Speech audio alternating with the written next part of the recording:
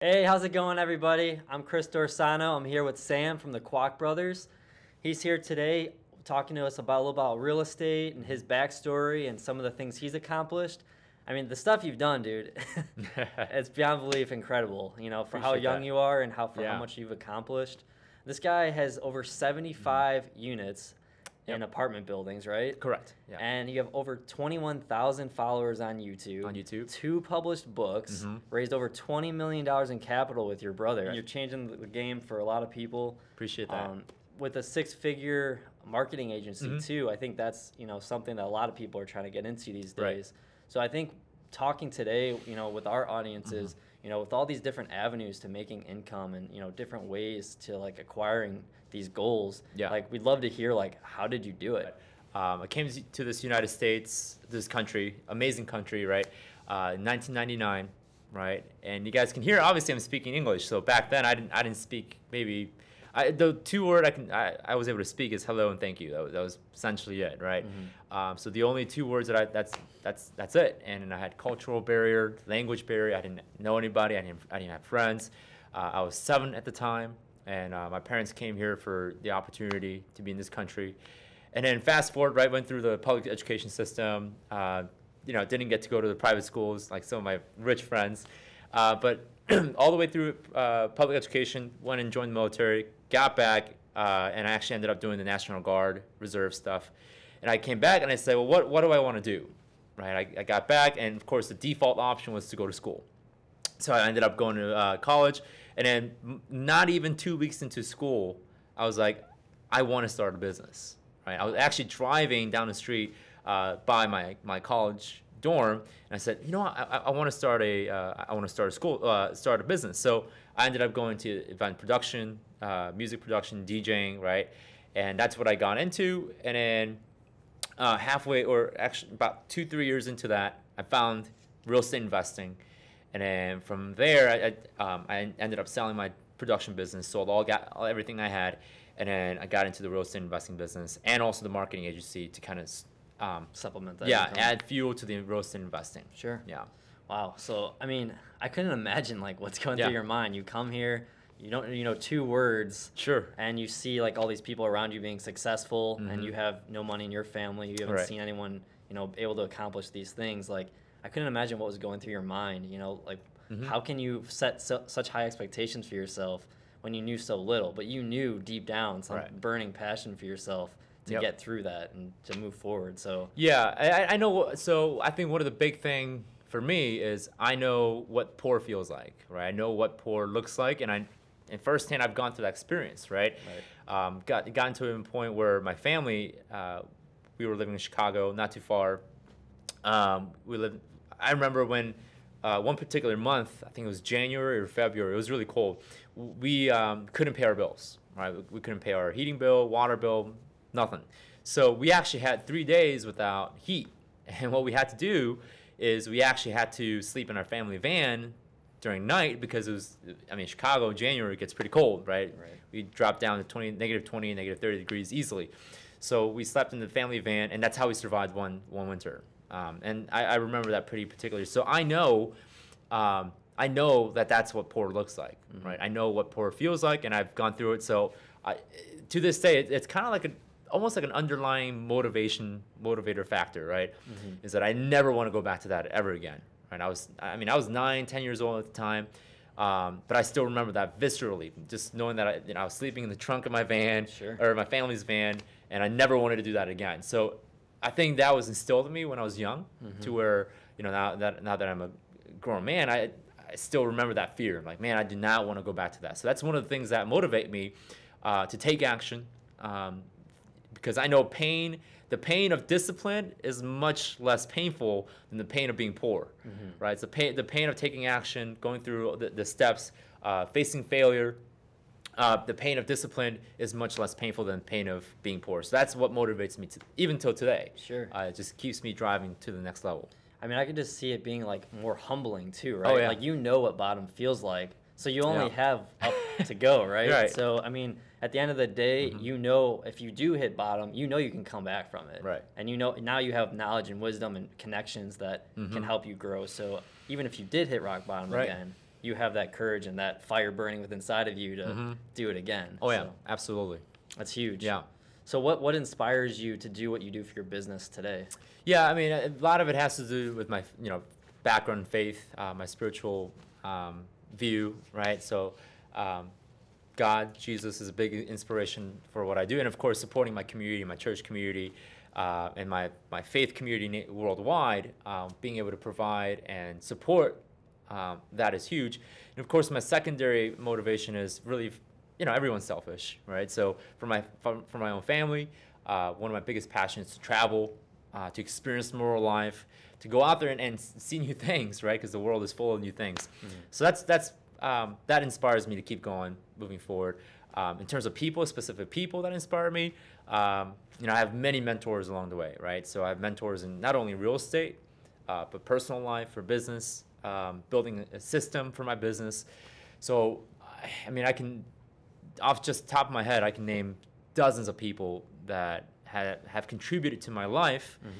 And then, of course, what inspires me on top of what I've said is to also kind of invest forward in helping others as well.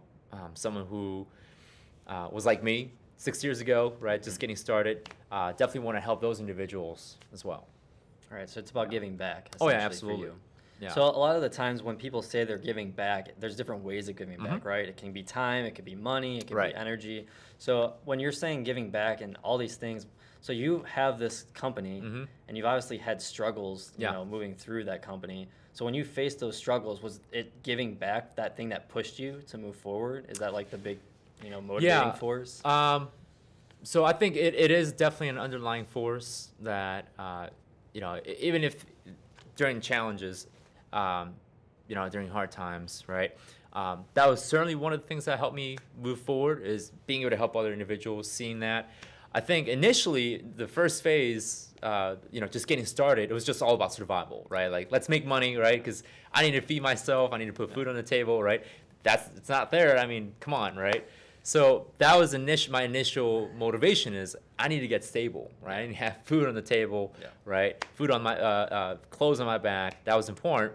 But as time went on and throughout different challenges and experience, it more so became about the other people, right? It more so became about how do I create more value in terms of knowledge, being able to create more time freedom for other people, providing solutions in those areas, and then money just kind of became the byproduct, right? So the more I created value for other people, I knew money would follow. So now my focus has gone from how do I survive me, right? How do I go from survival mode to being a conqueror mode, right? To be able to conquer, into new territories of helping other individuals, creating value, being a solution, or helping them direct to a solution through other people. Gotcha. So when you say conquering, what do you mean by conquering? What is it that you're conquering? So interesting question, because this is a terminology that I didn't pick. I actually learned this from a different person. His name is Rob Sperry. So if you guys have a chance to Google him. But Rob talked about 3 levels of entrepreneurs or people who want to be successful. There's victims, right? That's the first level. People, all they do is blame other people. They see their own situation as a consequences of an external thing, right? Whether it's politics or I don't know. People believe in some really weird things these days, so I don't want to go deep. But there's victims and survivors, right? Survivors are just kind of people getting by. They're not really struggling. They're not really moving forward. They're just there, the average people, right? And then there's conquerors, people who are proactively creating value, intentionally going out there and helping other individuals, and you can see it just by not only their bank account, but the impact that they're having with other people. Very cool. Yeah, I mean, I think that's what we're all trying to achieve when we get to that level, right? Is just giving it back. Absolutely. So, I mean, essentially, your idea right now is like, how can I help more and more people? And that, in a sense, you're helping yourself, right? Yeah. Relationship is a currency, right? The more you have it, right, you can leverage it not only towards creating more money for your revenue for business, but having relationships and treating it as a currency. And I don't mean transactional way, right? I mean, you help other people. Don't expect anything in return, but when there's a time for that individual that you helped could help you, perfect. It comes back to you. Yep. Sure. So obviously you've come from a completely different past than a lot of people in this country. But when you look back and you see all the struggles you went through, everyone's looking for shortcuts. That's why we have mentors, right? That's why we try to cut and we look at other people's mistakes so we can learn from them. So if you could look back and kind of go back and just like whisper something in your younger self's ear, like what would that be that you tell yourself? Yeah, I mean, easily patience, right? Think long term. A lot of people, especially, people in our age, even younger, right, 18, 19 years old, get into college, or they don't want to go to college and they want to start their own business. The easiest trap to fall into is thinking, okay, in 2 years I'm going to be a millionaire, or 3 years I'm going to be a millionaire. And it's so unfortunate because there's a lot of, rah-rah motivation out there that says you can be a millionaire in 3 years or whatever, right? It takes time. It takes incredible amount of time. It takes a lot of energy. It takes a lot of skin, right? And when I say skin, I'm talking about people who say no to you, people will criticize you, people will try to bring you down for the name of competition. So it takes a lot of time, but part of it also is looking forward and investing. Not only, and I'm not talking about financial investing, I'm talking about investing mentally, spiritually, emotionally. Get to know who you are, right? Self-awareness is huge, and reading a lot of books, right? Can't agree more there. Mental capital, right? Sure. So when you're reading books, it's investing in mental capital. Right. So when you actually, one of the things that I've learned from one of my coach, his name is Woody, Coach Woody taught me that if you want to create financial capital, you got to add mental capital, relationship capital, which equals financial capital. So you can actually, for those geeks out there, you can turn it into an equation, MC plus RC equals FC, right? Wow. Well, for those who aren't that great at math, I mean, it's just like solve problems, opportunities, money. Right. No, that's exactly what it is. Yeah. Awesome. Well, I mean, all this, I'm sure there's like some kind of quote. I have a quote that gets like stuck in my head. Is there a special quote that you kind of have? Yeah. In your mind? The quote that I even just yesterday, I thought about this quote as funny thing is I was cleaning my house and this quote came to mind. The quote goes, and it's actually from the Bible.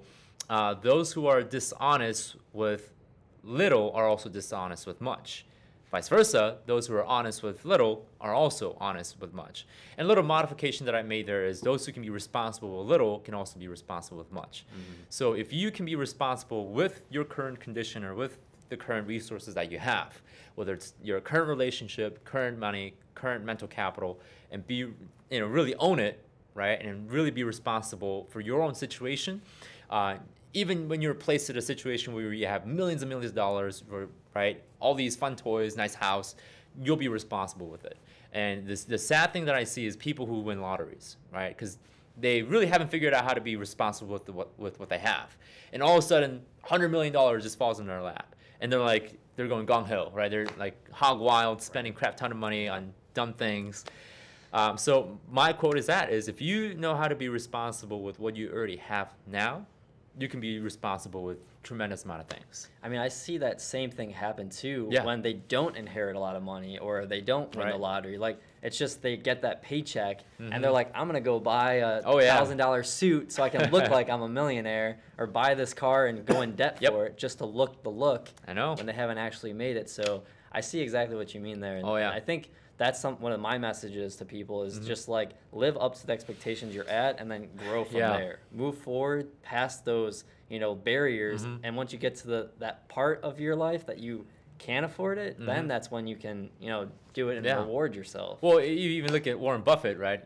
I wouldn't be surprised if I know this for a fact. He doesn't spend more than $100 on clothes for sure, unless it's some odd occasion where he needs to. But you look at Bill Gates, right? The dude's wearing like a $10 sweater, right? And he's making billions of dollars. So, different people have different priorities, right? If you look at Robert Herjavec from Shark Tank, dude's got like 9 Ferraris, right? But he deserves it. Right. Well, he has enough money to pay and not go and he deserves broke. It. So, yeah. It makes sense. So when you think of like your customers and your clients and stuff, when you're helping them, like what's the one thing that you tell them that is a good takeaway for them that the audience could take away today? Yeah, I always end my conversations with whether it's clients, investors, partners, lenders, whoever, right? I always try to end it with this question: have I provided value in that conversation? So let's say you and I just had a conversation, right? walking away, I needed to ask myself, have I added adequate or have I added adequate or more than adequate value in that conversation or in that interaction? So I always think of it as an equation. If that person's trying to add value to me, how can I one up and give more value? Right. So part of being a successful individual and making a lot of money, if that's a thing for you guys, is be extremely selfless, right? Extremely selfless, right? It goes back to, again, the good book, the Bible talks about, if people ask you to go 1 mile, go the extra mile, right? That's where that whole quote came from. So I really believe in that. If they expect you to do one thing, then go an extra and try to add as much value as possible in that conversation. Sure. Yeah, I mean, adding value to people's lives, that's like a daily routine for me. Oh, yeah. If I don't add value to someone's life every day, then I'm like, what am I doing? Right. So I think that's huge, and I think what you said earlier about books. Just reading a book and taking one little golden nugget and teaching someone else that you learned. Right. That could be it. And it's as easy as that. That's important because if you're always giving, like I know Chris, I know you're always giving. If you're always giving, it's really important that you also take care of yourself. You got to be responsible. So one of the things that I do, if I want to keep giving, right, if I want to keep adding value to someone, then I got to instill that in me. So one of the things that I do is I always read books, ways to add more value to myself so that next time I have an interaction with someone, I can always be adding new types of information or knowledge, right, ways to you and I may have, let's say, had a relationship for 10 years. I wouldn't want to see that relationship being on a stale, same old, right? I always want to be upgrading myself so that I can kind of be in that mindset of how do I add value to Chris? Though we had relationships for a very long time, how do I keep reinventing myself so that Chris gets the benefit of having a relationship that he can take value from? Yeah, keep growing and adding value to each other so you grow together, essentially. Exactly. Right? Yep. So, I mean, obviously, you could probably come up with like a book list of like over 100 books people should read. But like, what's like a top 5 book list that you would give to people? Yeah, it's tough. I want to highlight, because there's a lot of good books out there, and I'm always finding myself reading really good books.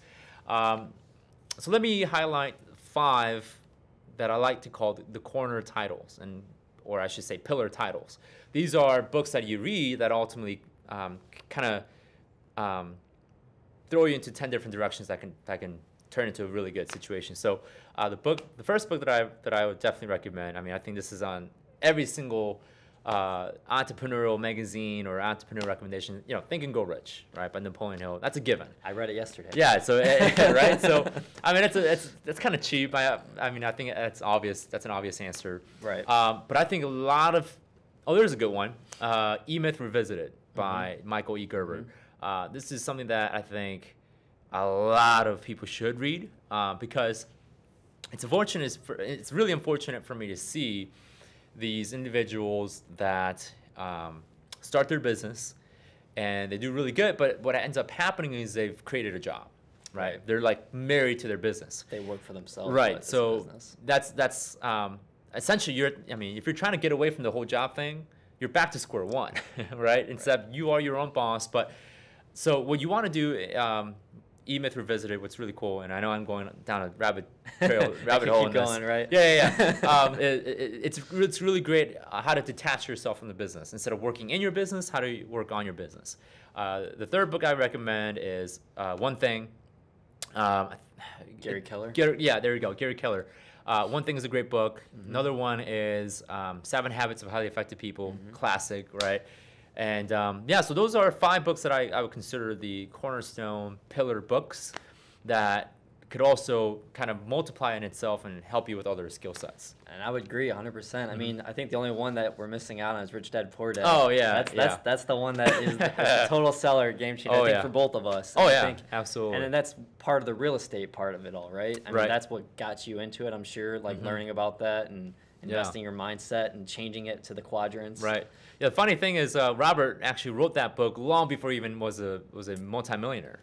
A lot of people thought he was extremely successful and he had it all, and then he wrote Rich Dad Poor Dad. He actually wrote that long before he had any of the real estate, the money, right, all that attention. So I guess he projected into the future, right? He created his own future by, writing a book. It's amazing. Yeah. I mean, when you think about these guys that write these books that just change so many people's lives, I think that's what inspires me to want to write my own book. Yes. And I know you've written 2 of your own. Is there anything that kind of influenced you to like write those? To write one? Yeah. So one of the things I wanted to do, well, people ask me all the time, like, how do you build a successful business? So I kept getting that questions being answered. So I told myself, how do I be alive in front of all these people asking, these questions without me actually having to be there all the time? So I wrote the book, Fire Your Boss, which is a very easy startup guide on how to start your own business. Even wrote things about my own mistakes, the things that I've done that I shouldn't have done that would have propelled me moving forward. So wrote that, and I wrote another book for real estate investing, how to get started in that business. So yeah, it was just to be present in other people's lives without me having to be there all the time. Sure. Yeah. So it's passive income, right? That's what Passive you're income, trying to baby. create. Yep. There you go. So, I mean, how can people reach you if they want to touch base Yeah. with you or buy your book? Or Sure. So the fastest way to reach me is through the QuakBrothers.com, TheKWAK brothers.com. If you can't spell brothers, don't talk to me. We'll put in the link below. Yeah. So the Kwak Brothers, you can also find me on Facebook. I know there's a lot of Sam Kwaks in the world. I'm proud that majority of them are lawyers and doctors, which is great. Good representation.